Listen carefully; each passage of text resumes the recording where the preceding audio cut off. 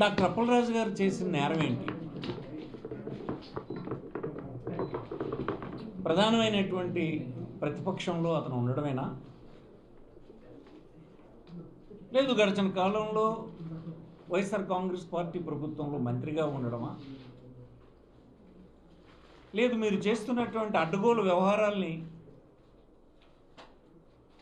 ప్రజాస్వామ్యంలో తనకున్నటువంటి అవకాశాల మేరకు ప్రజలకు తెలియజేసి చైతన్యవంతుల్ని చేసేటువంటి కక్షతో మీరు చేస్తున్నారా?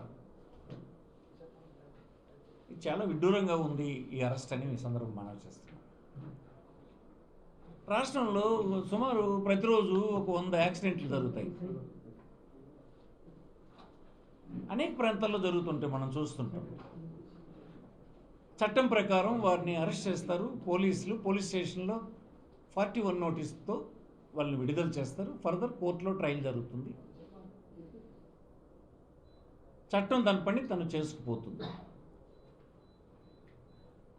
ఇతను వైఎస్ఆర్ కుటుంబానికి చెందినటువంటి వ్యక్తిని అతను అప్పలరాజు కొడుకే చేశాడని అతని పైన హత్యానేరం మోపి తన కుటుంబంలో ఉన్నటువంటి ఇతర తండ్రిని కూడా ముద్దాయించేసి హింసించే పని చేస్తుంది. ప్రజాస్వామ్యంలో ఇది తగునా అని అడుగుతున్నాను నేను. 80 సంవత్సరాలుగా రాజకీయాల్లో అన్ని వర్గాలకు చట్టసభల్లో ప్రాతినిధ్యం ఉండాలని ఒక మత్స్యకారుడికి అవకాశం ఇచ్చి అతని క్యాబినెట్లో కూడా తీసుకొని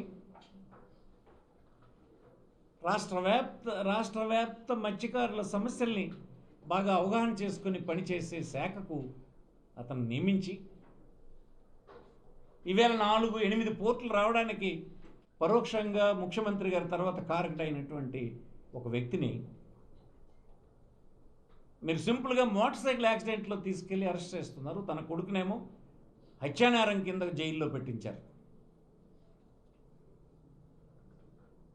ఇదే టీడీపీ నాయకులు వారి పిల్లలు చేసినటువంటి కేసుల్లో మోటార్ సైకిల్ యాక్సిడెంట్లో మీరు ఇలాగనే చేస్తున్నారా?